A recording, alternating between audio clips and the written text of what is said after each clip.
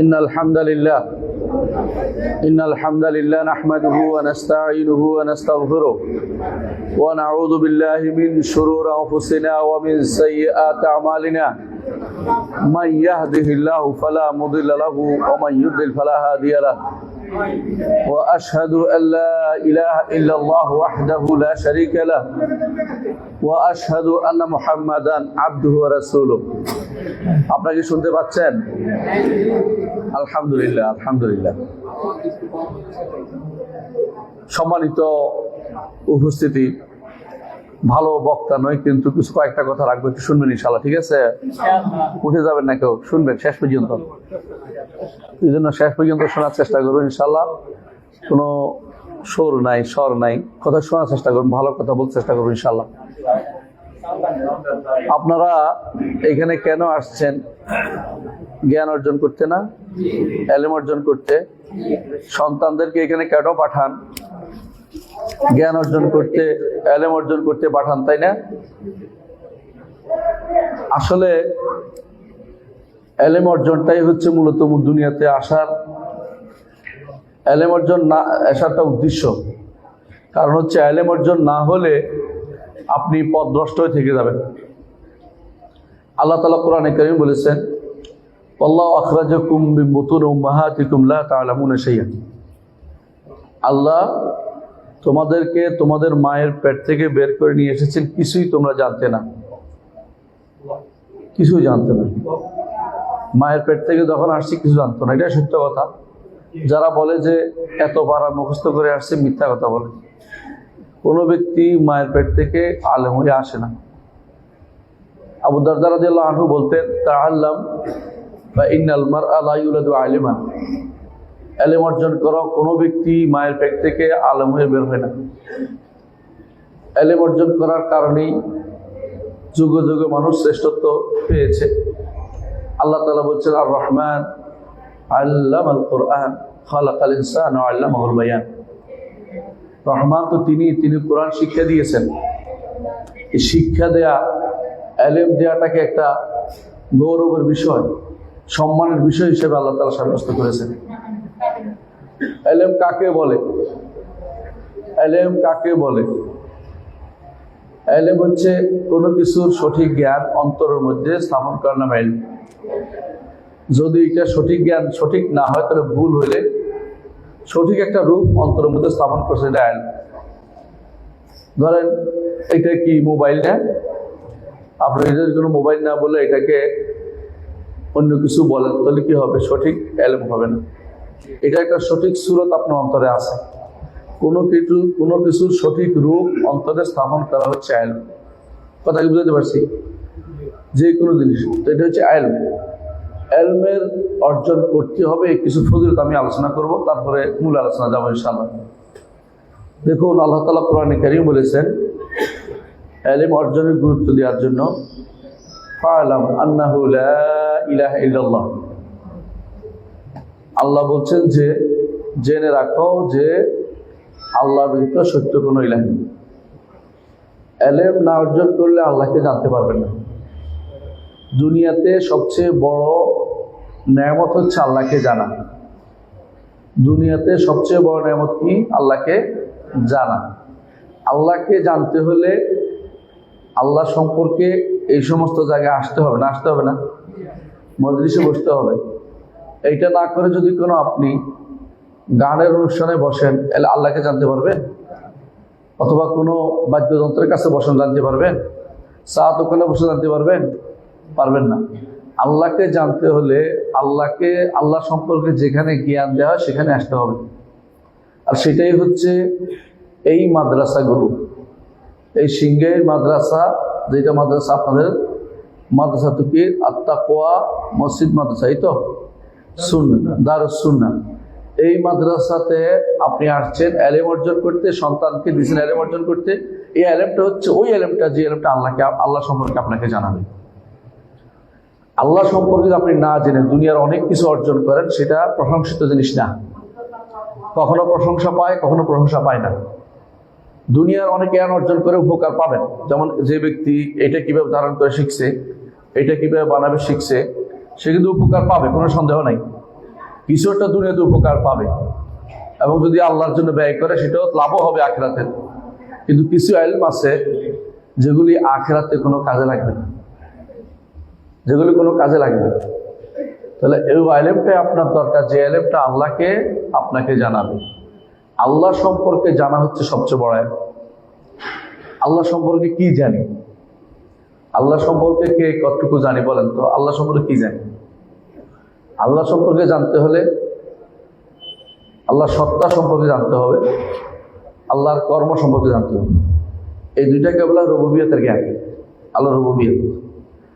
এরপর আল্লাহর নাম জানতে হবে, আল্লাহর গুণ জানতে হবে, এরপর আল্লাহর অধিকার জানতে হবে। এই পাঁচটা জিনিস জানলে আল্লাহ সম্পর্কে আপনি জানছেন।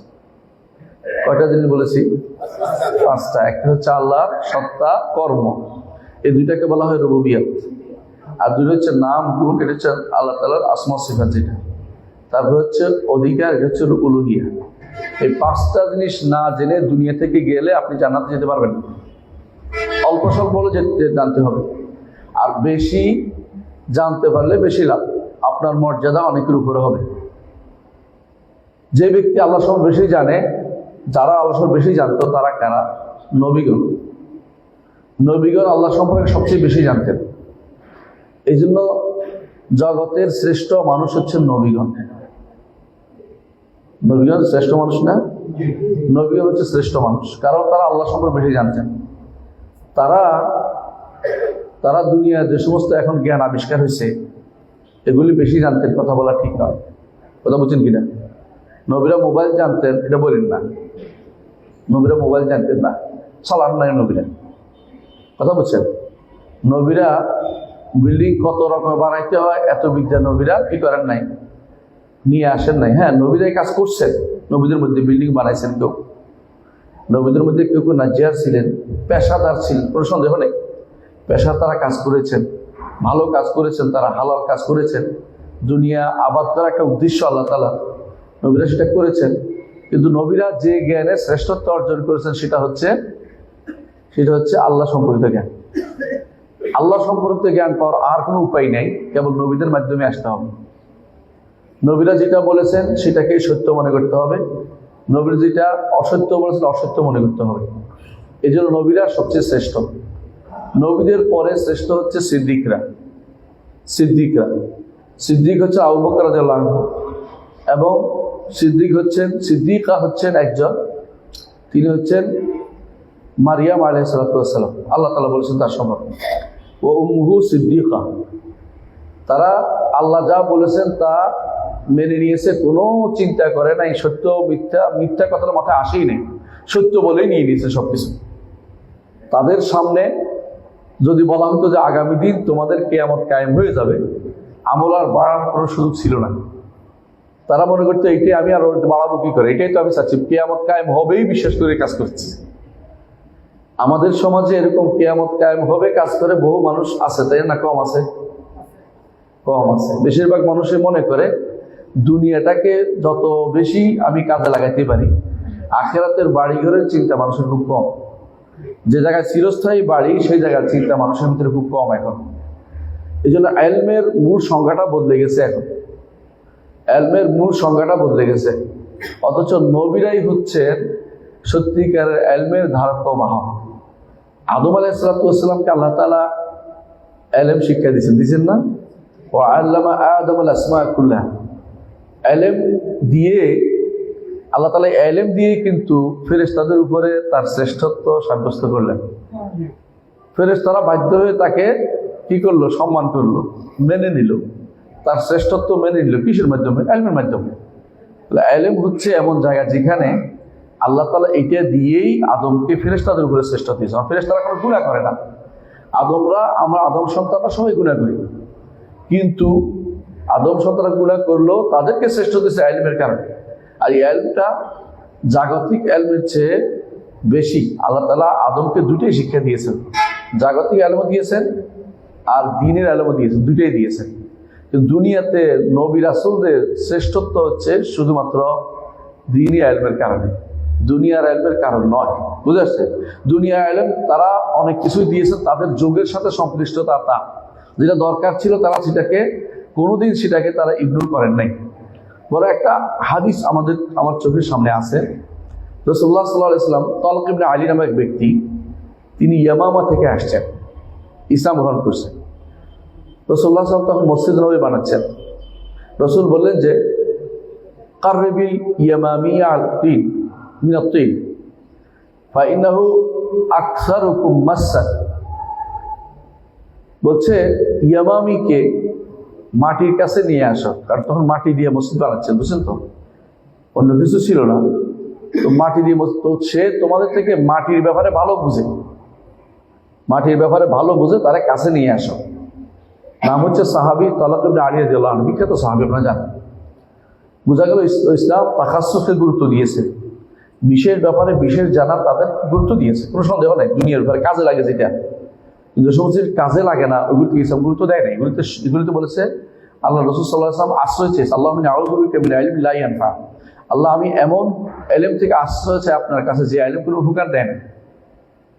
অনেক ইলম আছে কোনো উপকার দেবে না। স্বরলিপি বিদ্যা আপনার কোনো উপকার দেবে না। স্বরলিপি বিদ্যা বুঝেন? কোনো বিশ্ববিদ্যালয়ে স্বরলিপি বিদ্যা খুলছে, হ্যাঁ, স্বরলিপি খুলছে, ওগুলি শিক্ষা দেওয়া হয়, এগুলি আপনার কোনোদিন কোনো কাজে লাগবে না। এই জন্য ইলম হচ্ছে যেটা কোরআন এবং সুন্নাহ এসেছে, যেটা প্রশংসিত ইলম এবং যেটা মানুষের উপকার লাগে। মানুষের উপকার লাগে দুটেই, কোরআন এবং সুন্নাহ যেমন লাগে, আবার দুনিয়ার ভালো কাজ যে সমস্ত আছে সেগুলিও মানুষের উপকার লাগে। এই যে একটা বিল্ডিং বানিয়েছে, উপকার লাগে নাই? সুন্দর করে ফ্যান কোথায় লাগাতে হবে, ফ্যান কেমনে বানাইতে হবে, উপকার লাগছে। কিন্তু যেগুলি মানুষকে নষ্ট করে, যেগুলি মানুষের ঈমান নষ্ট করে, আখিরাত নষ্ট করে, ওই ইলমের কোনো মূল্য নেই। ওই ইলম অর্জন করার কোনো প্রয়োজন নাই। ওই ইলম অর্জন করার জন্যই আমরা আজ দুনিয়াতে অধিকাংশ সময় ব্যয় করি, অর্থ ব্যয় করি। আল্লাহ তাআলা বলছেন ফাসায়ুনফিকুনহা সুম্মা তাকুনু আলাইহিম হাসরাতান ইয়াউমাল কিয়ামাহ। তারা এটাকে ব্যয় করবে আর কিয়ামতের দিন আফসোস করবে যে কেন টাকাটা ওখানে ব্যয় করেছে। যে ভাই এই মসজিদের জন্য ব্যয় করেছেন, তিনি আখিরাতের জন্য একটা কি করেছেন, ইনভেস্ট করেছেন। যত মানুষ নামাজ পড়বে, যত মানুষ এখানে বসবে, যত মানুষ এখানে আলোচনা করবে, যত মানুষ দিন সম্পর্কে জানবে, তত মানুষের সম পরিমাণ সওয়াব তার আমলনামায় যুক্ত হবে ইনশাআল্লাহ, যদি তার বিশ্বাস ঠিক থাকে এবং তার দেখানোর উদ্দেশ্য না থাকে। দ্বিতীয়ত, আর যত মানুষ বিভিন্ন রকমের গানের অনুষ্ঠান বানাচ্ছে, বিভিন্ন আজেবাজে জিনিস বানাচ্ছে, ওরা পয়সা খরচ করতেছে, বিশাল বিশাল প্রতিষ্ঠান বানাচ্ছে যেগুলিতে ঈমান নষ্ট করার জন্য। সেগুলিও কিন্তু মানুষ বানায়, কিন্তু সেগুলি মানুষের ঈমানটাকে নষ্ট করে দেয় এবং সে আখিরাতকে নষ্ট করে দেয়। সেগুলি সে দুনিয়াতে পয়সা খরচ করেছে, কিন্তু আখিরাতে সে আফসোস করবে। কিয়ামতের দিন এগুলি তার জন্য আফসোসের কারণ হবে। সম্মানিত উপস্থিতি, এই যে ইলমটা এখন যা বললাম, এটা হচ্ছে নবীদের ইলম, তাই না? আল্লাহ সম্পর্কে যে ইলম, নবীরা এটাই রেখে গেছেন। রাসূলুল্লাহ সাল্লাল্লাহু আলাইহি ওয়াসাল্লাম বলেছেন যে আল আম্বিয়া ওয়ারাসাতুল আম্বিয়া, আল উলামা ওয়ারাসাতুল আম্বিয়া। নবীরা হচ্ছেন, আলেমরা হচ্ছেন নবীদের ওয়ারিস। আর নবীরা কোনো সম্পদ রেখে যান না যেটা ওয়ারিস বানাবেন। ওয়াইন্নামা ওয়ারাসুল ইলমা, তারা ইলমের ওয়ারিস রেখে গেছেন। এই ইলম কি? আল্লাহ সম্পর্কে, আল্লাহর অধিকার সম্পর্কে, আখলাক সম্পর্কে, এগুলি সব নবীরা জানিয়ে গেছেন।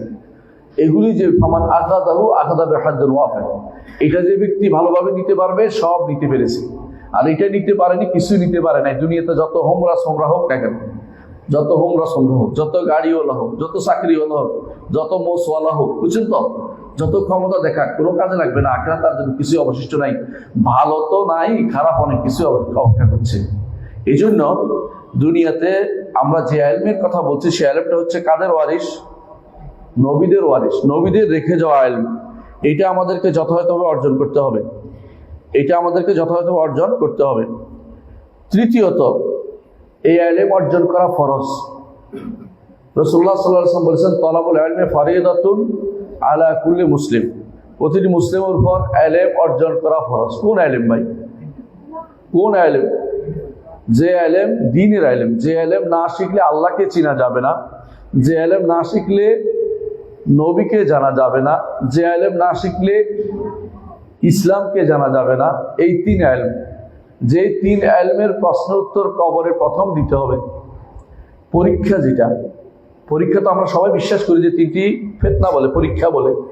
মার রব্বুকা ওমা দীনুকা ওমান নবিয়ুকা, তোমার রবকে, তোমার দিন কি ছিল এবং তোমার নবী কে ছিলেন। এই তিন প্রশ্ন উত্তর কিন্তু দিতে হবে কবরে।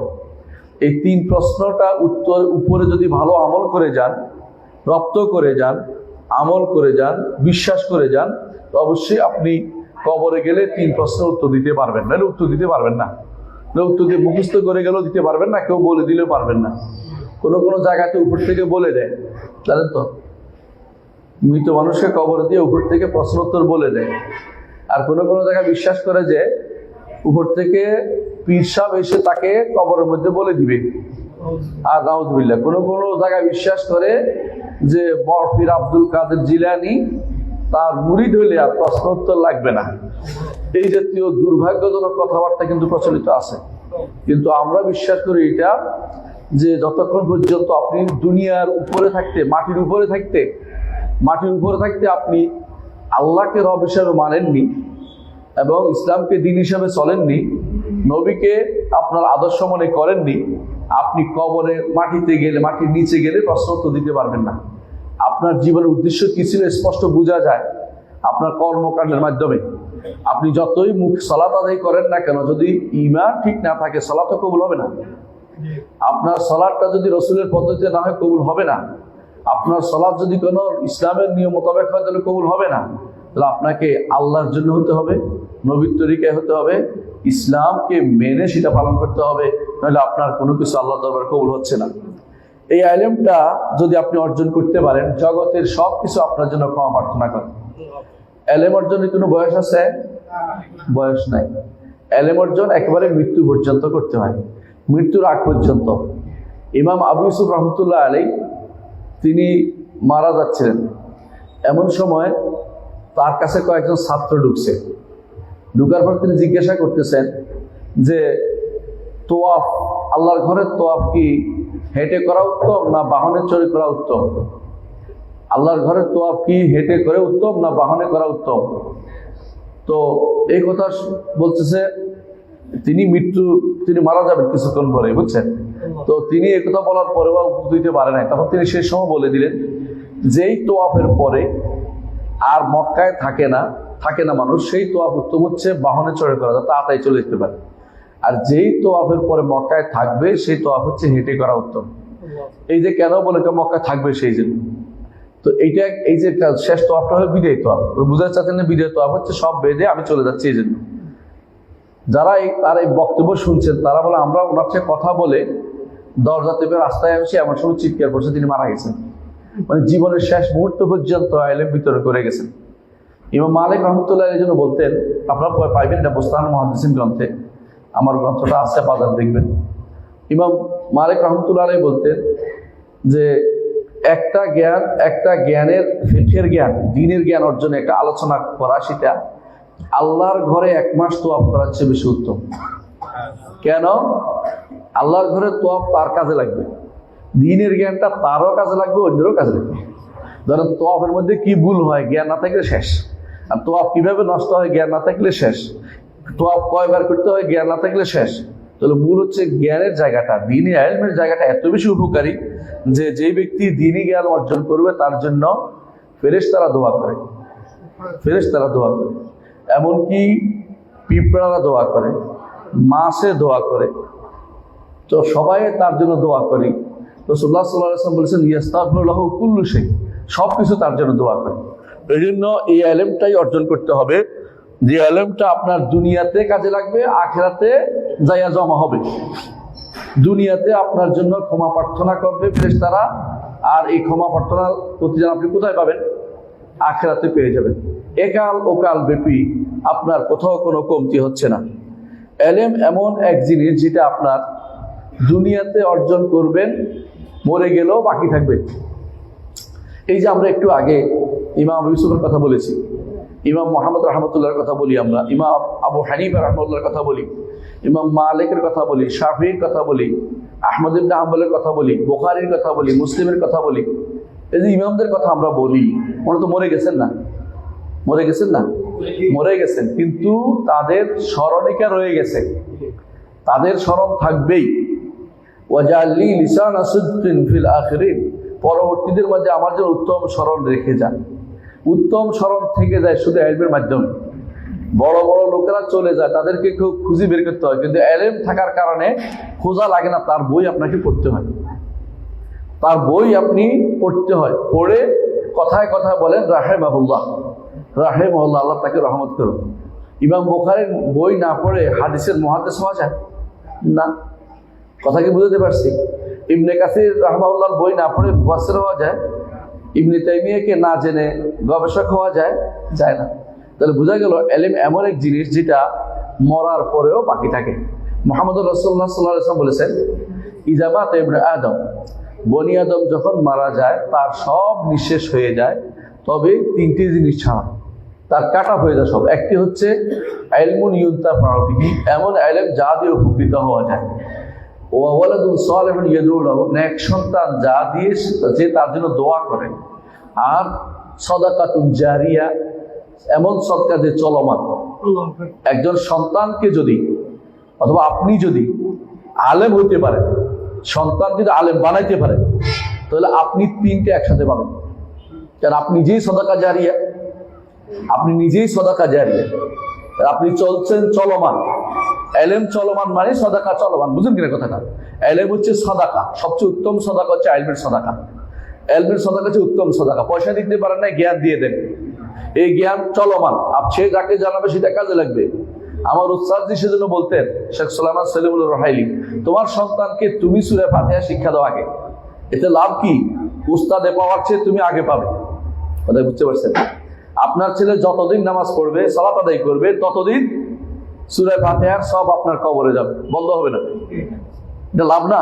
নিজের সন্তানকে এই জন্য কালেমা শিক্ষা দেন, যতদিন সে কালেমার উপর থাকবে সব আপনার কবরে যাবে, বন্ধ হবে না। তাহলে আপনার সন্তানকে আপনি শিখানোর চেষ্টা করুন।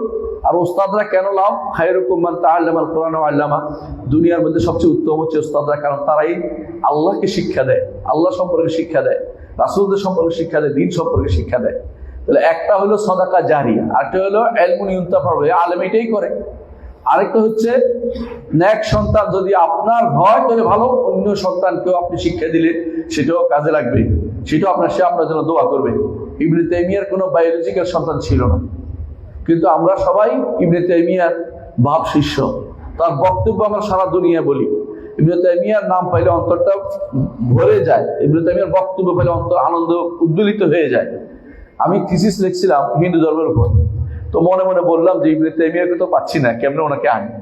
খুঁজতে খুঁজতে আলহামদুলিল্লাহ ইবনে তাইমিয়ার বক্তব্য পেয়ে গেছি হিন্দু ধর্ম সম্পর্কে। ওইটা আইনে মনে করছি যে ইবনে তাইমিয়ার আমি আমার জায়গাতে নিয়ে আসছি, অন্তত কাজে লাগাচ্ছি। কারণ ইবনে তাইমিয়া রাহমাতুল্লাহ এমন এক ব্যক্তিত্ব যার সম্পর্কে আলোচনা করলে অন্তরে আনন্দ লাগে, যে ভালো মানুষটা নিয়ে আসতে পারছি। এরকম ইলম যাদের আছে এরা কিন্তু মরে না, মরার পরেও এরা জীবিত। মৃত্যু এদেরকে নিঃশেষ করে দিতে পারে না, মৃত্যুর কারণে এরা চলে যায় না, এদেরকে সবাই স্মরণে রাখে। আরেকটি জিনিস, ইলম এমন এক জিনিস যে হাসাদ, এর মধ্যে ঈর্ষা করা যায়। রাসূলুল্লাহ সাল্লাল্লাহু আলাইহি ওয়াসাল্লাম বলেছেন দুটি জিনিস আছে যাতে ঈর্ষা করা যায়, অন্য কোথাও ঈর্ষা করা যায় না। ঈর্ষা বুঝছেন তো? একটা হিংসা অর্থ হলো সারটা নষ্ট হোক, আর ঈর্ষার মধ্যে আমরা ব্যাখ্যা ভাগ করি এইভাবে যে হাসাদটা হচ্ছে এটা যে তারটা নষ্ট না হোক, আমি যেন তার মতো হই। আলেম যে ব্যক্তি, সে রাতের বেলা কোরআন তেলাওয়াত করে, যারা হাফেজ, তাই না, দিনের বেলা সালাত নিয়ে থাকে, দাওয়াত দেয়। মাঝে মধ্যে আমি আশ্চর্য হয়ে যাই, আমার উস্তাদজি শেখ মুহাম্মদ বিন সালেহ আল উসাইমিন রাহিমাহুল্লাহ, সুবহানাল্লাহ, কখন খাইতেন কখন কি করতেন বুঝি না, এত বই কখন লিখছেন। আপনি পৃষ্ঠা গণেন, দেখবেন যে ডেইলি কমপক্ষে ডেইলি 500 পৃষ্ঠা লেখা হয়ে গেছে, মানে হিসাব করলে বুঝে। জীবনের এই সময়টা কত লিখেছেন, কত বলেছেন, এটা চিন্তা করতে পারছেন? এখানে ঈর্ষা হয় না আপনার? ঈর্ষা হয়। এই ঈর্ষাটা যোগে যোগে আলেমরা একে অপরিত করতেন। ইমাম যাহাবি বলতেছেন যে ইমাম নওয়াবী পাইছেন 40 বছর বয়স জীবন, আপনাদের আমাদের অনেকে 40 বছর পার হয়ে গেছে, 40 বছর জীবন পাইছেন, কিন্তু যা লিখেছেন সব কবুল হয়ে গেছে এবং সবাই পড়তে চায়।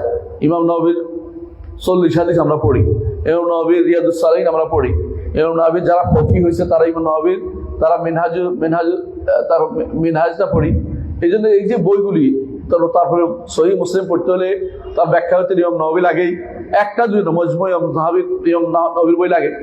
ইমাম যাহাবি বলতেছেন যে ইমাম নবী আল্লাহ কি আমল দিলেন, আল্লাহ এটা কবুল করলেন, আমার ওই আলেমটা পাইতে ইচ্ছা করে, ঈর্ষা। এইটা শুনে ইমাম ইবনে হাজার আসকালানী বলতেছেন, কয় আপনি কম করেন নাই, আপনি যা লিখছেন আমি সারা জীবন পড়ে শেষ করতে পারবো না। আমিও ঈর্ষা হয় আপনার মতো কিভাবে হইতে পারে। এই জন্য মক্কায় গেছেন, যে পানি খেয়ে দোয়া করছেন, জমজম খেয়ে দোয়া করলে কবুল হাদিসে আছে, আর কিছু খুঁজে পায় রেটে নিছে, নিয়ে বলছে পানি খেয়েছি এই জন্য যাতে ইমাম যাহাবির মতো আলেম হতে পারে। কথা বলছেন তো, মানে কিভাবে প্রতিযোগিতা লিপ্ত হয়েছে আলেমের মধ্যে। এখন আরেকজন এরপরে এসে বলতেছেন যে আমিও চাই ইমাম যাহাবির ইবনে হাজারের মতো হইতে। এরা যুগে যুগে এলমের জায়গাতে ঈর্ষা করতেন যে উনি কি এলেম অর্জন করেছেন, আমি কেন পাচ্ছি না। কথা বুঝছেন তো, এলেম এমন জায়গা যেখানে শরীয়ত ঈর্ষা অনুমোদন করেছে। আরেকটা হচ্ছে সম্পদ, যেই ব্যক্তি সম্পদ ভালো কাজে ব্যয় করে তাকে ঈর্ষা করা যায়। যে উনি একটা প্রতিষ্ঠান দিয়েছে, আমি যদি দুইটা প্রতিষ্ঠান দিতে পারতাম, আমি যদি আরো সুন্দর কিছু করতে পারতাম।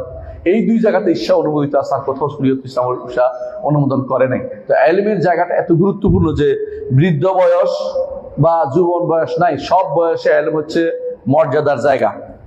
এলমে এমন এক জিনিস, যে জিনিসের মধ্যে আল্লাহ তাআলা থাকলে জান্নাতের পথ আল্লাহ আপনার জন্য সহজ করে দিবে। দুনিয়াতে আমরা যত কিছুই করি না কেন, আমাদের মূল গোলটা কি, উদ্দেশ্যটা কি? জান্নাতে যাওয়া না? জান্নাতে যদি যেতে না পারি, দুনিয়া থাকাটা বৃথা, কষ্ট করাটা বৃথা, চলাটা বৃথা, সলাটটাও বৃথা যাবে যদি সলাটটা আলাদা কবুল না হয়। দুনিয়াতে যাই করি না কেন আমরা চাই জান্নাতে যাই, এটা মাথা রাখতে হবে।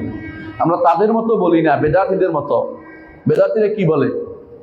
হ্যাঁ, বেদাতীরা বলে যে ফানা ফিল্লাহ, আমাদের উদ্দেশ্য হচ্ছে ফানা ফিল্লাহ, আমাদের উদ্দেশ্য হচ্ছে বাকা ফিল্লাহ। এগুলি হিন্দুদের কথা। হিন্দুরা নির্বাণ লাভ করে, হিন্দুরা মোক্ষ লাভ করে, বৌদ্ধরা নির্বাণ লাভ করে। আমরা মুসলিমরা মোক্ষ নির্বাণ নয়, আমরা জান্নাতে যেতে চাই।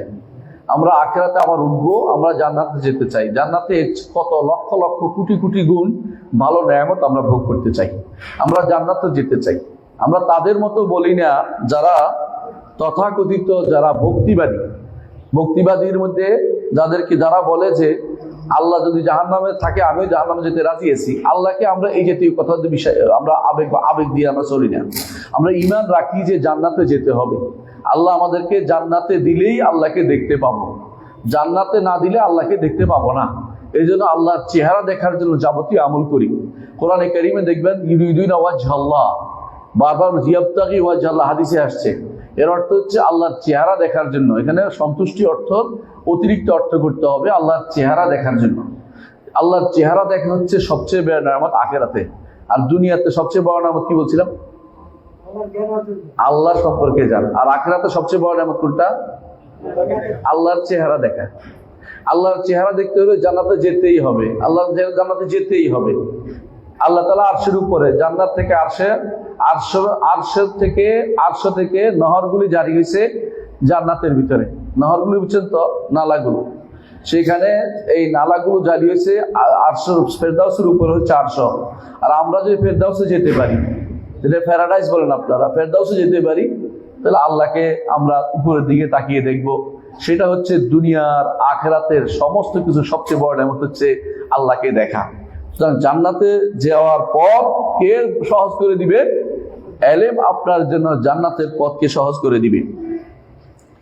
যার এলেম আছে, আরেকটি উপকারিতা বলছি, আর যার এলম আছে, হাদিসে আছে রাসূলুল্লাহ সাল্লাল্লাহু আলাইহি ওয়াসাল্লাম বলেছেন মা ইউরিদিল্লাহু বিহি খায়রান ইউফাক্কিহু ফিদ্দীন। যার এলম আছে আল্লাহ তার জন্য কল্যাণ চেয়েছে, বুঝতে হবে। কোন এলেম ভাই?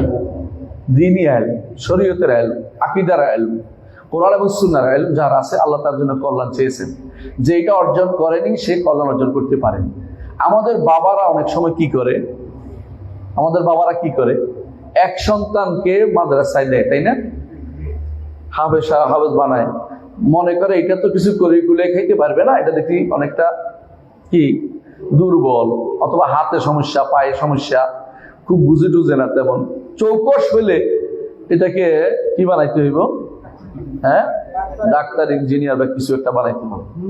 আপনি তাকে দুনিয়াদার বানাচ্ছেন, আপনি একটু আমানতের খেয়ানত করেছেন। হ্যাঁ, আপনি দিন দেন, পরে সে ডাক্তার হোক, অন্তত দিন শিখার, এলমে দিন আলেম বানান, তারপর ডাক্তার হোক আমার আপত্তি নেই, ইঞ্জিনিয়ার হোক আপত্তি নেই, দুনিয়ার কাজে লাগে। কিন্তু সমস্যা হচ্ছে ডাক্তার ইঞ্জিনিয়ার তো কিছু কাজে লাগে, এমন এমন বিদ্যা শিক্ষা দেওয়া জীবনে কোনোদিন কাজে লাগবে না, জীবনে কোনোদিন কাজে লাগবে না। আমি একটু পরে সেগুলো আলোচনা করবো, যাচ্ছি না। তো যে ব্যক্তি, আমি যেটা বলছিলাম, যে ব্যক্তি দুনিয়াতে এলেম অর্জন করতে পেরেছে, সে ব্যক্তি আল্লাহ কল্যাণ চেয়েছেন বুঝতে হবে। আর আল্লাহ তাআলা কারো কল্যাণ চাইলে কেউ বাধা দিতে পারবে না। আল্লাহ তাআলা কারো কল্যাণ চাইলে সে কেউ বন্ধ করতে পারবে না। আল্লাহ বলেছেন আল্লাহ রাদ্দা লিফাদলিহি, আল্লাহর ফজলকে, আল্লাহর দয়াকে কেউ বন্ধ করতে পারবে না। এলমের আরেকটি মর্যাদা হচ্ছে যে এলমের মর্যাদা হচ্ছে আবেদের উপর, ইবাদতকারীর উপর। আলেমের মর্যাদা হচ্ছে দুনিয়ার মানুষ, সাধারণ মানুষের উপরে রসুলের মর্যাদা এত বড়। কারণ আলেমরা রসুলের ভূমিকা পালন করেন, নবী রাসূলদের ভূমিকা পালন করেন, সুতরাং তাদের এই মর্যাদা অনস্বীকার্য। এলমের আরেকটা মর্যাদা হচ্ছে হাশরের দিন আল্লাহ তাআলা তাদেরকে সাক্ষী বানাবেন ফেরেশতাদের সাথে। কোরআনে কারীম আল্লাহ তাআলা এটা বলেছেন, ফেরেশতাদের সাথে তাদেরকেও সাক্ষী বানাবেন। সবচেয়ে উত্তম কালেমা, বড় কালেমা, কিশোর বড় কালেমা হচ্ছে লা ইলাহা ইল্লাল্লাহ, শাহিদাল্লাহু আন্নাহু লা ইলাহা ইল্লাহু ওয়াল মালাইকাতু ওয়া উলুল ইলমি কায়িমান বিল কিসত লা ইলাহা ইল্লাল আজিজুল হাকীম। আপনারা আয়াতটা জানেন। এলমের আরেকটা উপকারিতা হচ্ছে, আজকে আপনারা শুনেছেন, যারা কোরআন তেলাওয়াত করবে তাদেরকে বলা হবে তোমার পড়া পড়তে থাকো আর তার তীরের সাথে পড়ো। যত দূর তুমি যাবে, যত উপরে তুমি যাবে, তত উপরে তোমার মর্যাদা নির্ধারিত হবে। এর জন্য আখিরাতে আপনি সবচেয়ে মর্যাদাপূর্ণ হতে পারবেন যদি এলমের মধ্যে থাকেন, কোরআন এবং সুন্নাহর এলমের মধ্যে থাকেন। কোরআন এবং সুন্নাহ আরেকটি কথা বলি, সেটা হচ্ছে নবীকে আল্লাহ তাআলা এটা বাড়াইতে বলেছেন, ওয়াকুর রব্বি জিদনি ইলমান, বলুন হে নবী যে আল্লাহ আমার এলেম বাড়িয়ে দিন। কোন এলেম বাড়াইতে বলছে বলেন তো? দ্বীনের ইলম, আমার এলেম বাড়িয়ে দিন। দুনিয়ার ইলমের কথা রাসূল সাল্লাল্লাহু আলাইহি ওয়াসাল্লাম বলেননি। আল্লাহ তাআলা বরং কোরআনে কারীম বলেছেন ইয়ালামুনা যাহিরা মিন হায়াতিদ দুনিয়া ওয়া হুম আন আখিরাতিহিম গাফিলুন। দুনিয়ার জীবনে প্রকাশ্যে অনেক কিছু তারা জানে, কিন্তু আখিরাত সম্পর্কে তারা গাফেল। দুনিয়ার জীবনে বেশি জানলে বেশি একটু ক্ষতিও আছে। নবী এবং সাহাবীরা অনেক কিছুই জানতেন না, এটা বলতে পারি আমরা স্পষ্ট, যে তারা এই মাইক বিষয়টা অনেক কিছু জানেন নাই, খেয়াল করেন, বা স্বরলিপি জানেন নাই, অথবা এই বিমানে চড়া, অথবা ওই বোমা তৈরি করা, এগুলি কিছু কিন্তু জানেন নাই। না জানলেও তাদের কিন্তু আখিরাতের কোনো কমতি হবে না, কমতি হবে না। জান্নাতে যাওয়া তাদের শ্রেষ্ঠ থেকে আটকাইতে পারবে না। অর্থাৎ আপনি দুনিয়া দিয়ে যদি কোনো দিনের খেদমতও করেন, তবুও তাদের কাছে বুঝতে পারবেন না। এটা ভালো দুনিয়া দিয়ে দিনের খেদমত করতে পারলে। আর যেটা দিনের খেদমত করা যায় না, দুনিয়া দিয়ে দিনেরও খেদমত করা যায় না, দুনিয়ারও খেদমত করা যায় না, ওই ইলমের কোনো প্রয়োজন নেই। ওই ইলম শুধুমাত্র নষ্টই শুধু করে। আজ আমাদের যে সমস্ত ইউনিভার্সিটিগুলো আছে, সেগুলোতে এই ইলমের কোনো চর্চা করা হয় না, যে ইলম দুনিয়া ও আখিরাত ব্যাপী। আরেকটি জিনিস হচ্ছে, আল্লাহ তাআলা নিজে বলেছেন যে ইলম যে জানে এবং যে জানে না সে সমান নয়। আল্লাহ বলছে হাল ইয়াস্তাউযিল্লাযীনা ইয়ালামুন ওয়াল্লাযীনা লা ইয়ালামুন, যারা জানে এবং যারা জানে না তারা সমান হতে পারে না। এটা কোনটা? আল্লাহর ইলম যারা, আল্লাহ দ্বীনের ইলম যারা রাখে, রাসূলের ইলম যারা রাখে, তারা শ্রেষ্ঠ, যারা দ্বীনের ইলম রাখে না তারা শ্রেষ্ঠ নয়। এটা যত কিছুই জানুক, এটা তারা জানে না। আরেকটি রাসূলুল্লাহ সাল্লাল্লাহু আলাইহি ওয়াসাল্লাম বলেছেন যে আরেকটি জিনিস হচ্ছে, ইলম আপনাকে পাহারা দিবে, আর সম্পদকে আপনি পাহারা দেন। কথা বুঝছেন কিনা? কবি বলতেছেন যে ওয়া কানজুল লা তাখাফু আলাইহি লিসান খাফিফাল হামলি হাইথুমা কুনতা। ইলম হচ্ছে এমন জিনিস, লা তাখাফু আলাইহি লিসান, সরে নেয়ার কোনো বিষয় নেই। নিতে পারবে? সরে নিতে পারবে। কিন্তু সম্পদ হলে কি হবে? সরে নিতে পারবে। সারাদিন ঘুম হবে না, কি হবে না হবে, তাই না? আর আলেম হলে আপনি যেখানে যান আপনাকে পাহারা দিয়ে মানুষ, আপনাকে চতুর্পাশে মানুষ গুড় করবে। কেন? এটা আমার বড় সম্পদ, এটাকে রক্ষা করতে হবে। আমাদের আব্দুল নূর সাহেব একটু আগে ছিলেন এখানে, যেখানে যায় সেখানে মানুষ দৌড়ে আসবে তার কাছে, যে ওনাকে কোনো কিছু হলে তাকে সবার আগে খোঁজ নিতে হবে। কেন? ইলমের কারণে। ইলম যেখানে বেশি, ইলম আপনাকে পাহারার কাজ করে দিবে সরাসরি। আর যদি ইলম না হয়, আপনি নিজের পাহারার জন্য লোক নিয়োগ করতে হবে। কথা কি বুঝতে পারছি? ইলম এমন এক জিনিস যে আপনি দুনিয়াতে মুআজ্জাজ মুকাররাম সম্মানিত হবেন। আপনি চিন্তা করবেন না মুতাআন ইন আমারতা ওয়া নাহাইতা, আপনি নির্দেশ দিলেই পালন করা হবে, আপনি নিষেধ করলে পরিত্যাগ করা হবে। আমি আজকে একজনকে দেখছি বাম হাতে খেতে, একজনকে দেখছি, তো আমি তাকে বলছি যে বাম হাতে খেয়েও না, বাম হাতে খায় নাই। এই যে আমার অর্ডারটা মানছে, তাই না? দুনিয়ার অনেক কিছু অর্ডার মানতে হলে পুলিশ লাগে, কিন্তু আপনার অর্ডার মানতে পুলিশ লাগবে না, কারণ আপনি আলেম দ্বীন, আপনার মর্যাদা আল্লাহর পক্ষ থেকে প্রতিষ্ঠিত আছে। এলমের আরেকটা জিনিস হচ্ছে, এলেম আপনাকে আল্লাহর খাসিয়া, আল্লাহর ভয় আপনার অন্তরে দিবে। যে আল্লাহ সম্পর্কে বেশি জানে, আল্লাহকে বেশি ভয়। মুহাম্মদ রাসূলুল্লাহ সাল্লাল্লাহু আলাইহি ওয়াসাল্লাম বলেছেন, ওয়াল্লাহি, আল্লাহ শপথ করে বলছি, আমি তোমাদের মধ্যে আল্লাহকে বেশি জানি, আল্লাহকে বেশি ভয় করি। যে বেশি জানবে বেশি ভয় করবে। আপনি যখন জানবেন যে রব্বুল আলামিন এমন এক সত্তা যে আসমান জমিন সবকিছু তার মুষ্টির ভিতরে থাকবে, তখন আপনার কিন্তু ভয় ভীত হওয়া খুবই জরুরি, যে আমি কে, কি হয়ে গেল যে আমি আল্লাহর বিরুদ্ধে নামি। এই জন্য আল্লাহ তাআলা যারাই দুনিয়াতে অহংকার করেছে তাদেরকে সবচেয়ে নিকৃষ্টতম মৃত্যুর ব্যবস্থা করেছেন। ফেরাউন বলছে এই নদীগুলো আমার নিজ দিয়ে প্রবাহিত, আল্লাহর নদীকে নিজের নদী বানিয়ে ফেলছে। বুঝে আসছে কথাটা? আল্লাহ ওই নদীতে তার ডুবেই মারছে। আর বলেছিল যে আমি জীবিত মৃত করি, নমরুদ বলেছিল, আল্লাহ তাকে মশা দিয়ে মেরেছে। বুঝছেন তো? অনুরূপ ভাবে আব্রাহা হাতি ভাঙতে, আল্লাহর ঘর ভাঙতে আসছিল, আল্লাহ কিছু করে ছোট পাথর কুচি দিয়ে তারা শেষ করে দিয়েছে। যত বড় অহংকারী তত বড় তার বিপদটা তত বড় হবে। বুঝে আসছে? সবচেয়ে বড় বিপদ হবে তার জন্য। কিন্তু যারা আল্লাহ সম্পর্কে জানে তারা অহংকারী হতে পারে না। এই জন্য যখন আপনি বলেন ইয়াকা না'বুদু ওয়া ইয়াকা নাস্তাঈন, ইয়াকা না'বুদু অর্থ হলো আমি অহংকারী না। যে আল্লাহর ইবাদত করে সত্যিকারে সে অহংকারী হতে পারে না। যারা অহংকারী তারা ইবাদত করে না। এই জন্য আল্লাহ তাআলা বলছেন ওয়াকাল রাব্বুকুম উদউনি আস্তাজিব লাকুম, তোমাদের রব বলছেন আমাকে ডাকো, আমি তোমাদের ডাকে সাড়া দেব। ইন্নাল্লাযীনা ইস্তাকবারুনা আন ইবাদাতি, যারা আমাকে ডাকে না তারা অহংকারী, যারা আমার ইবাদত করতে অহংকার করে সায়াদখুলুনা জাহান্নামা দাখিরিন, জাহান্নামে প্রবেশ করবে। তো আল্লাহর ইবাদত করার অর্থ হচ্ছে আল্লাহকে চিনেই ইবাদত করতে হবে, না জেনে ইবাদত করা যাবে না। এই জন্য ইলমের খুব দরকার। ইলম না হলে আপনি কোনোদিন সত্যিকারের দ্বীনের খেদমত করতে পারবেন না, দ্বীনের করতে পারবেন, নিজের উপকার করতে পারবেন না। এই জন্য ইলমের উপর আল্লাহ তাআলা উদাহরণ দিয়েছেন কোরআনে কারিমে, যে ইলম হচ্ছে হিকমতের মতো, ইলম হচ্ছে অন্ধকার রাতের আলোর মতো। কিন্তু সব ইলম না। কোন ইলম? দ্বীনের ইলম, দ্বীনের ইলম। সম্মানিত উপস্থিতি, আমি এতক্ষণ যেগুলি বলছি ইলমের ফজিলত বলছি কি জন্য, কিছু কারণ আছে। দেখুন, এখন সবসময় আমাদের আগের থেকে ইলমের প্রচার প্রসার হয়েছে, কোনো সন্দেহ নাই, কিন্তু বিপদও হয়েছে একটা। বিপদটা কি হয়েছে জানেন? ইলম অনেক সময় সীমা লঙ্ঘন করে ফেলে।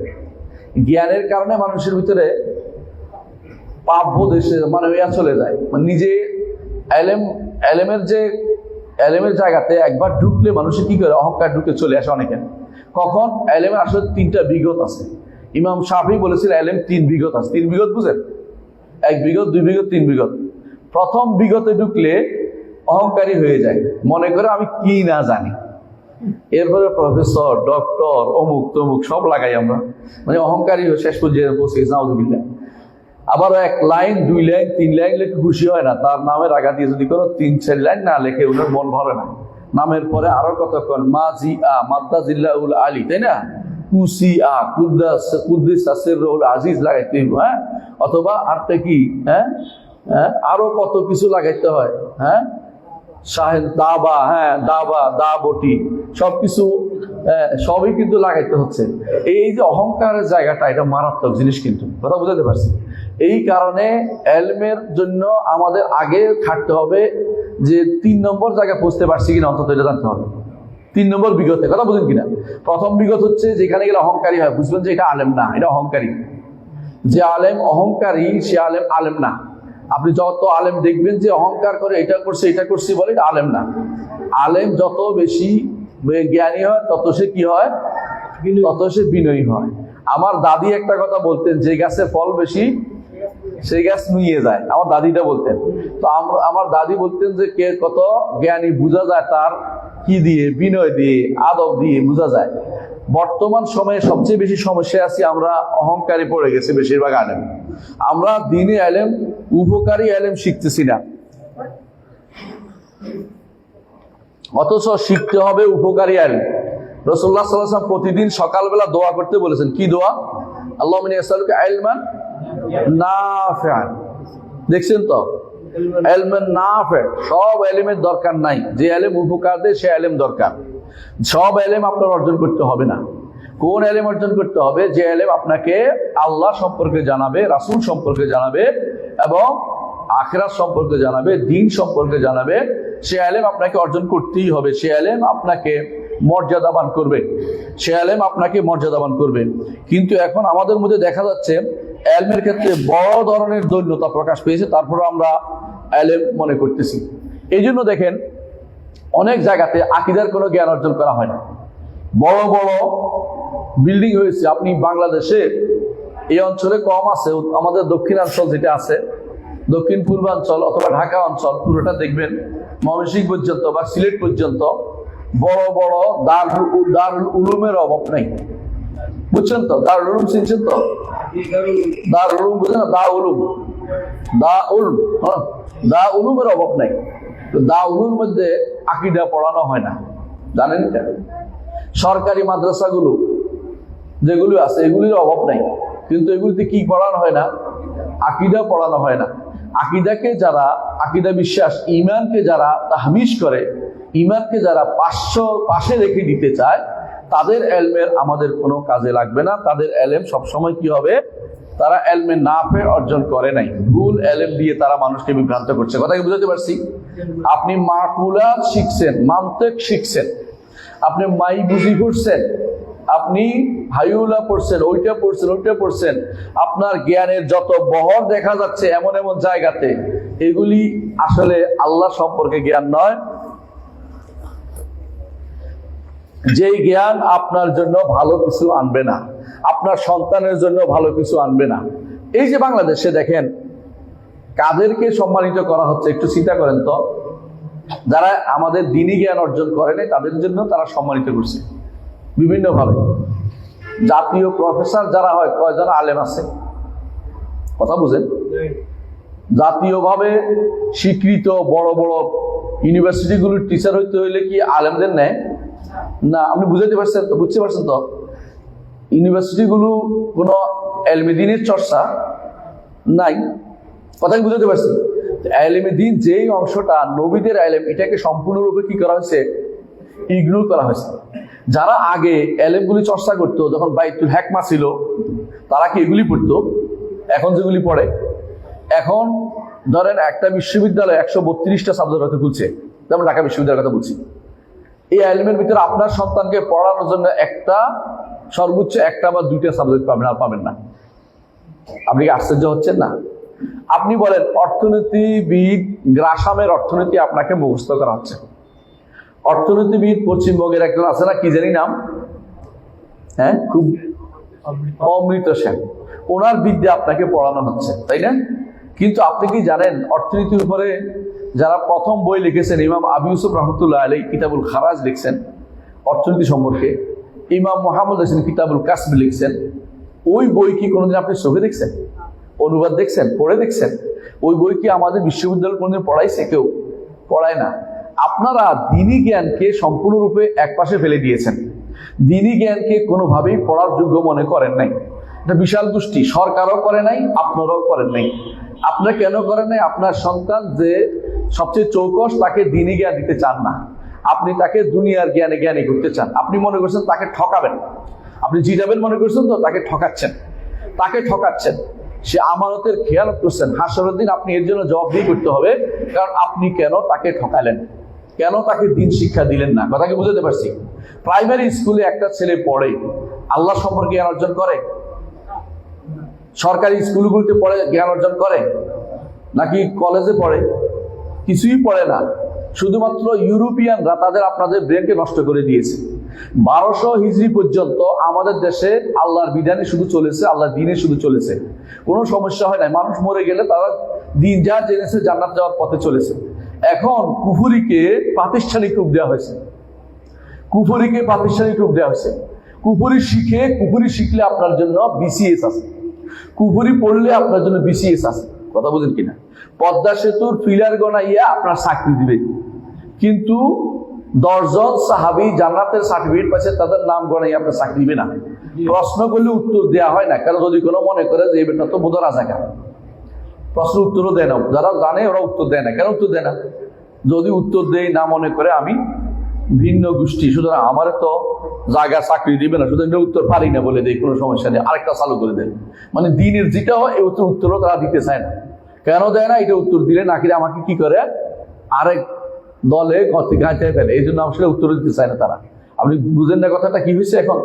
আপনি শিক্ষা ব্যবস্থা নয়, শুধু চাকরির ব্যবস্থা এবং মানুষের মধ্যে মর্যাদার ব্যবস্থা, দুনিয়ার বুকে তারা যে সিস্টেম চালু করেছে এটা আসলে আগে ছিল না, আগে এই সিস্টেম ছিল না। আপনারা ভালো করে জানেন যে এই যে আওরঙ্গজেব নাম শুনেছেন, সম্রাট আওরঙ্গজেব, উনি কি শুধু আমাদের দেশের শাসক ছিলেন? কোন দেশের শাসক ছিলেন বলেন? পুরা ভারতবর্ষের শাসক ছিলেন, পুরা ভারতবর্ষের শাসক ছিলেন। তিনি একটা বই রচনা করেছেন বায়োলজির উপর, না না কিসের উপর লিখছেন? এলমে দ্বীনের উপরে, ফিকার উপরে। এই প্রকার লিখছে কারণ আলেমদেরকে বসাইয়া বোর্ড বানাই একটা বই লিখছেন। কথা বুঝছেন কিনা? এটার নাম হচ্ছে আল ফাতাওয়া আল আলমগীরিয়া। যেরকমই হোক, তারা হয়তো হানাফি ছিল হিসেবে লিখছে।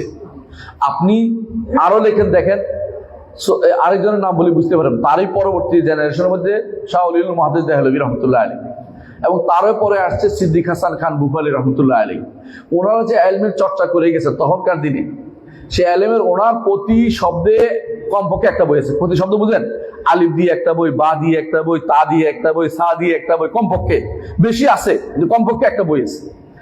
এত বড় জ্ঞানী লোক তখনকার দিনে তিনি কি ছিলেন জানেন? ভূপালের রাজা ছিলেন। ভূপালের রাজা হয়েও তার আরবি জানলে তার মর্যাদা ক্ষুণ্ণ হয় নাই।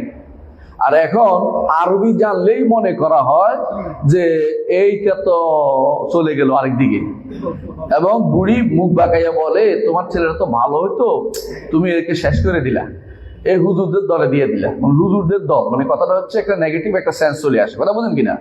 এগুলি হচ্ছে আমাদের এলমের ক্ষেত্রে জাগাল বলে, এটাকে বিচ্ছুতি ঘটে গেছে।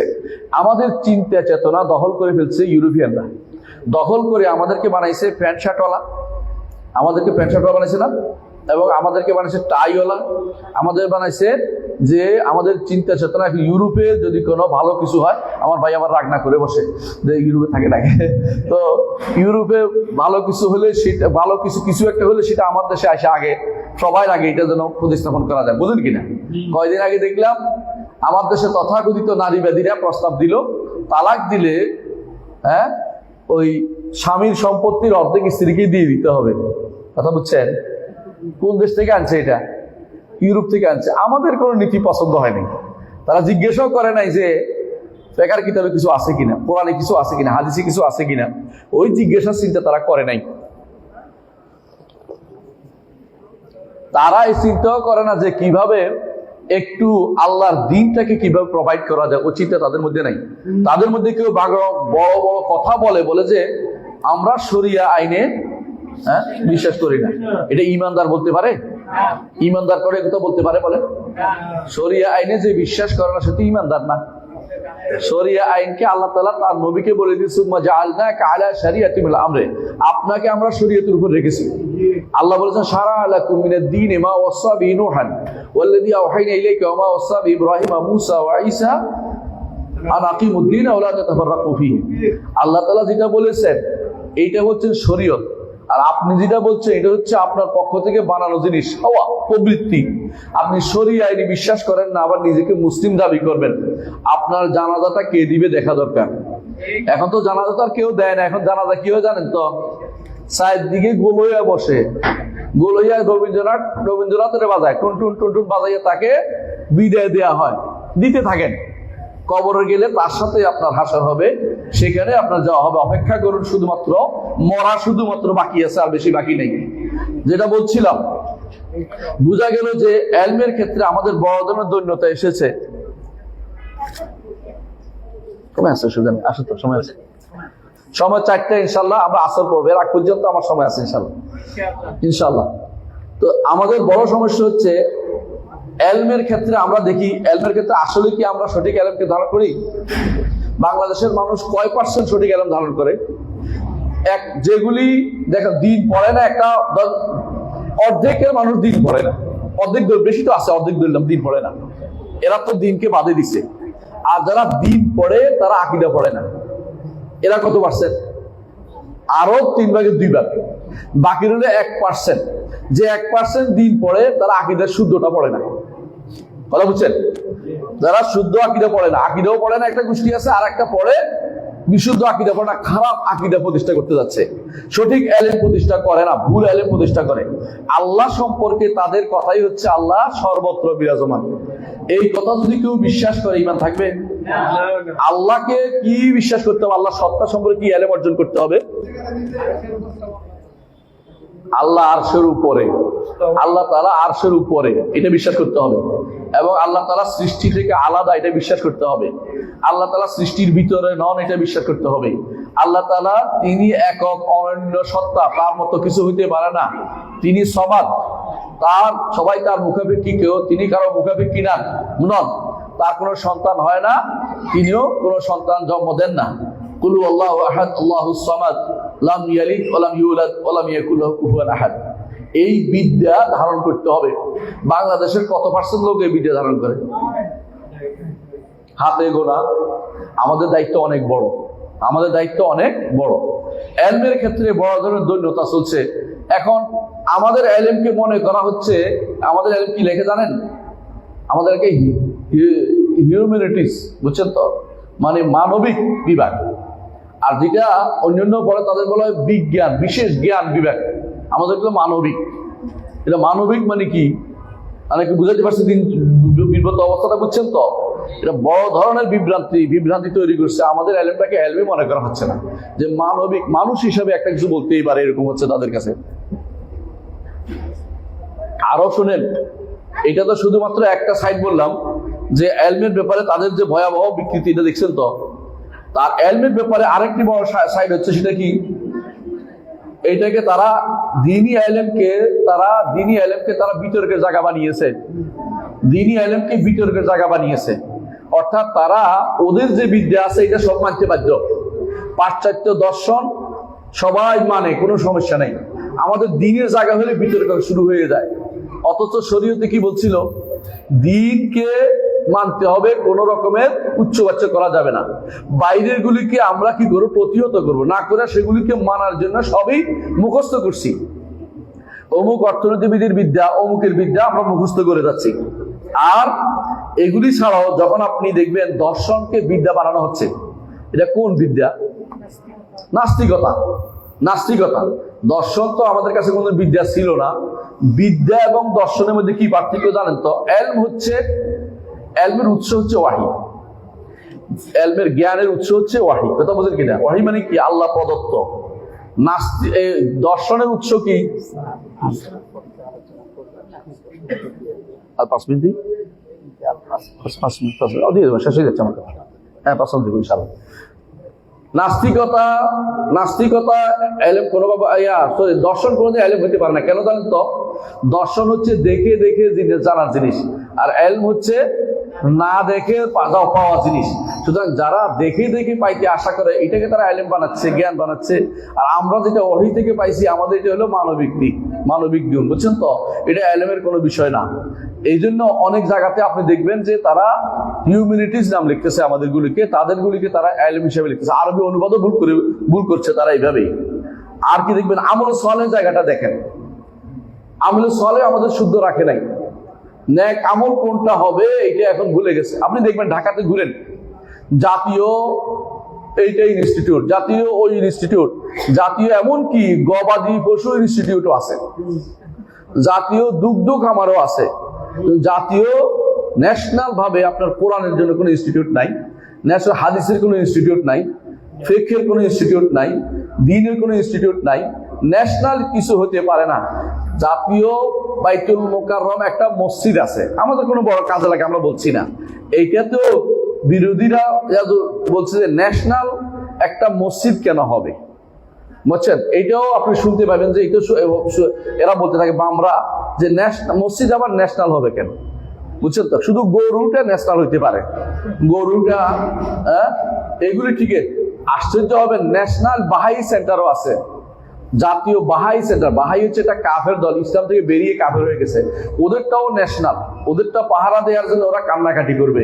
কিন্তু আমাদের ইসলামের কোনো কিছু ন্যাশনাল হইতে বা জাতীয় হইতে পারবে না, আন্তর্জাতিকও না জাতীয়ও না। এগুলি হচ্ছে এলমের ক্ষেত্রে দৈন্যতা। কিভাবে শুরু আমি বুঝাতে চাচ্ছি, কয়েকটা জিনিস উদাহরণ দিচ্ছি। আমলের ক্ষেত্রে আরো খারাপ অবস্থা, যারা বেদাত করবে তাদের আমল দিয়ে শুরু হয়। আপনি দেখবেন জাতীয় যে টিভি আছে আমাদের, জাতীয় টিভিতে যে সমস্ত অনুষ্ঠান করে, কয়টা শরীয়ত অনুমোদন করে?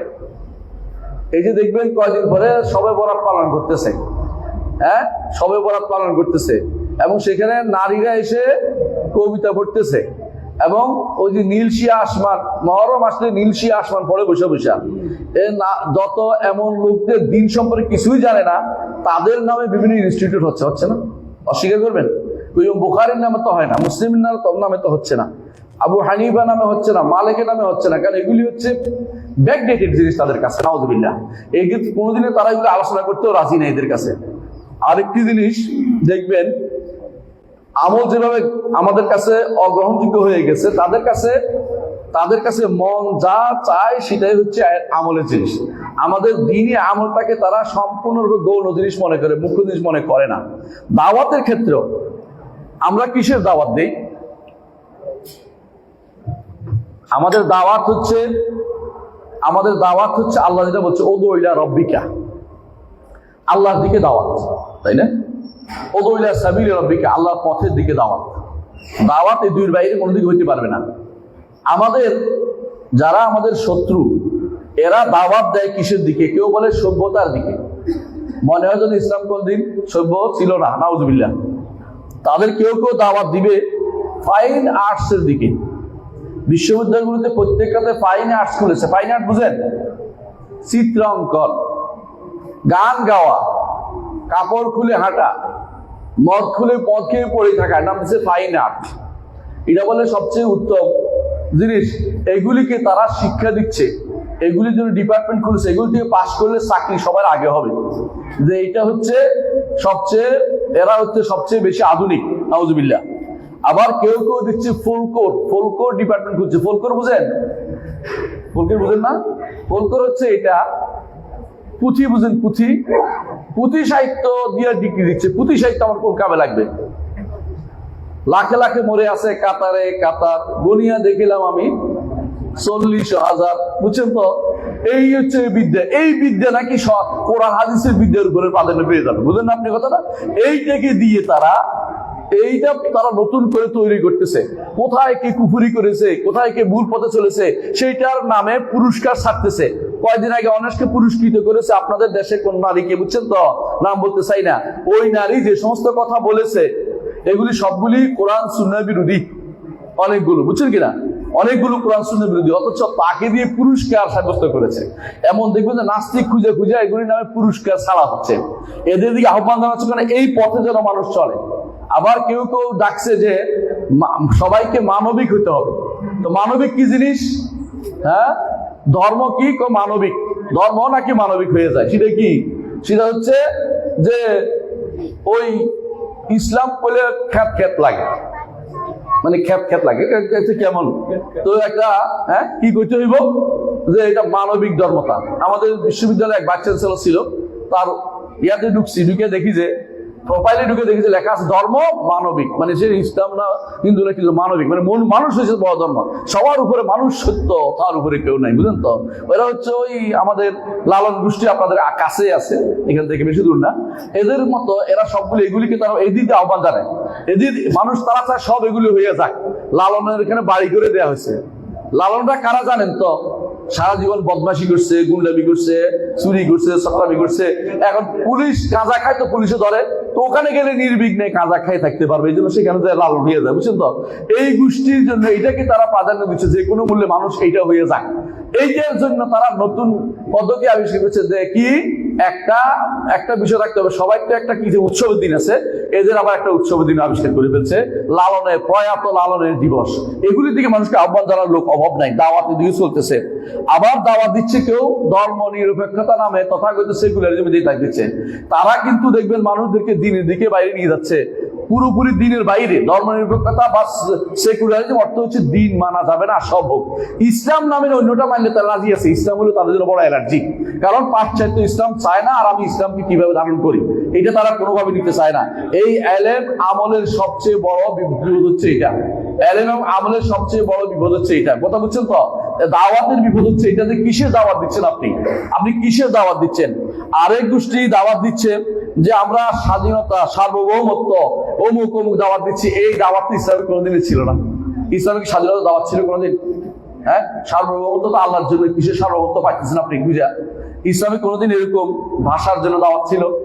হ্যাঁ, ভাষার দাওয়াত ছিল? ভাষার দাওয়াতের কথা বললে যে এই স্বাধীনতার বিরোধী করে ফেলবে। কিছু আছে এই জাতীয় দাওয়াতগুলো ইসলামে কোনোদিনই ছিল না। আবার ইসলামের বীর কারা ছিল সেগুলি পরিবর্তন হয়ে গেছে। এখন অমুক বীর, বীর প্রতীক। আচ্ছা, ওমর রাদিয়াল্লাহু কোন কোন খেতাব দিতে পারবেন আপনি? ওইগুলো বীর না, বীর হচ্ছে অমুক আর তমুক, বুঝছেন তো? বীর অমুক, বীর এটা, বীর শ্রেষ্ঠ, বীর অমুক।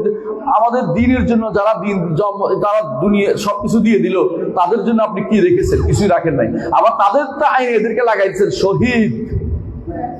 আমাদের দিনের শব্দটা এনে শহীদ বানাই দিচ্ছেন। কথা বলেন না প্লিজ, শহীদ বানিয়ে দিচ্ছেন। এগুলি আপনি বিভ্রান্তি তৈরি করছেন না, আপনি দাওয়াত ভুল পথে পরিচালিত করছেন। এই তো গেল যারা সম্পূর্ণ উল্টা, তাদের দাওয়াতের কথা বলছি। আমাদের দিনের দিকে যারা দাওয়াত দেয়, দিনের পথে যারা দাওয়াত দেয়, তাদের দাওয়াতের অবস্থা কি বলেন? তারা কেউ দাওয়াত দিচ্ছে পীরের মুড়ি দেওয়ার জন্য, সত্য কিনা? দিচ্ছে না? কেউ দাওয়াত দিচ্ছে উরুসে যাওয়ার জন্য, দিচ্ছে না? কেউ দাওয়াত দিচ্ছে কি বায়াত করানোর জন্য, দিচ্ছে না? কেউ দাওয়াত দিচ্ছে না? কেউ দাওয়াত দিচ্ছে দল করার জন্য। এইগুলি কোনোটাই ইসলামের নীতি ছিল না। দাওয়াত হবে কিসের দিকে? উদু ইলা সাবিল রাব্বিকা ওয়াদু ইলা রাব্বিকা। আল্লাহ যেটা শিখিয়ে দিয়েছে এটা, আল্লাহর দিকে দাওয়াত দিবেন, আল্লাহর পথের দিকে দাওয়াত দিবেন। আপনার দল থাকা জরুরি না। আপনার দল থাকার কোন সিস্টেম ইসলামে কোনোদিনই ছিল না। আবু বকর ওমরের আলাদা কোনো দল ছিল না। আবু হানিফা মালিকের আলাদা দল ছিল না। শাফিঈ আহমদের দল আলাদা ছিল না। আমরা বানাই ফেলছি, আমরা এগুলি বানাই ফেলছি। সাইদ মাযহাব, সাইদ কুরসি বানাই ফেলছি আমরা। এগুলি ইসলামের শরীয়তে কোনোদিনই ছিল না। এইভাবে দল ভিন্ন ভিন্ন করলে ইসলামকে ভাগ করা হয়। ইসলাম এটাকে কোনোভাবেই অনুমোদন করে নাই। আবার এই দাওয়াতের ভিতরেও আবার দাওয়াত বেরোচ্ছে, ভিতরে ভিতরে আরেক গোষ্ঠী বেরোচ্ছে। যত দল ভাগ করবেন তত আপনি ভাগ হবেন, ইসলামের কোনো উপকার হবে না। সবাই আমরা ইসলামের দিকে মানুষকে আহ্বান জানাই। ইসলামের দিকে যত আহ্বান জানাবো তত ইসলামের উপকার হবে। আমি কথা বুঝাতে পারছি কিনা? আমি আমার বক্তব্য শেষ দিকেও করবো, শুধু এটাই বলবো। আসুন আমরা কয়েকটা জিনিস জানি। এক নম্বর হচ্ছে সহিহ ইলম কি অর্জন করতে হবে? বিশুদ্ধ ইলম অর্জন করতে হবে। যে কোনো ইলম অর্জন করার দিকে ডাকবো না, আমরা বিশুদ্ধ ইলমের দিকে ডাকবো। সব ইলম অর্জন করার দরকার নেই। যে ইলম আমার দুনিয়া এবং আখিরাতে কাজে লাগে সেটা প্রাধান্য দিব, আর শেষে যদি দুনিয়ার ইলম যদি আখিরাতের কাজে লাগে সেটাকে প্রাধান্য দিব। কিন্তু যেটা দুনিয়া আখিরাতে কাজে লাগে না এমন কোনো ইলম অর্জন করতে যাব না। আমল বিশুদ্ধ হতে হবে, বেদাত করব না, শিরিক করব না, এবং আজে বাজে কাজ করবো না যেটা শরীয়ত থেকে আমাকে দূরে সরিয়ে দিবে, এমন আমল আমি করব না। এই আমল করে বিশুদ্ধ আমল হতে হবে, কারণ বিশুদ্ধ আমল না হলে আমার আমল কবুল হবে না, আমার আমল কবুল হবে না। 3 নম্বর, আমার দাওয়াতটা বিশুদ্ধ হতে হবে। আমি আল্লাহর দিকে ডাকবো, কোনো দলের দিকে নয়, ব্যক্তির দিকে নয়, একমাত্র আল্লাহর দিকে ডাকবো। আল্লাহ যেটা বলছে আল্লাহর পথে ডাকবো, আল্লাহর পথে আহ্বান জানাবো, কোরআন এবং সুন্নাহ মানার দিকে আহ্বান জানাবো। নিজের মতের দিকে আহ্বান জানাবো না, নিজের মতের দিকে, নিজের দলের নেতার দিকে, নিজের কোনো গোষ্ঠীর দিকে আহ্বান জানাবো না। শরীয়তে এগুলি একটা অনুমোদিত না। আমি কোনোদিন কোনো এর জন্য আহ্বান জানাবো না, এই যে ভাষার জন্য আহ্বান জানাবো না। আমি অমুক ভাষাভাষী হলে দেশের কয়টা ভাগ, পৃথিবীতে বহু ভাষা আছে, এত ভাগ মানুষকে করা উদ্দেশ্য না। আমরা ইসলাম নিয়ে থাকবো, বিশুদ্ধ ইসলাম নিয়ে যদি চলতে পারি আল্লাহর কাছে আমরা ইনশাআল্লাহ নাজাত পাবো। আল্লাহ আমাদের তৌফিক দান করুন। সুবহানাকাল্লাহু ওয়া বিহামদিকা আশহাদু আল্লা ইলাহা ইল্লা আনতা আস্তাগফিরুকা ওয়া আতুবু ইলাইক। আসসালামু আলাইকুম ওয়া রাহমাতুল্লাহি ওয়া বারাকাতুহু। কয়েকটা প্রশ্ন উত্তর দেই ইনশাআল্লাহ।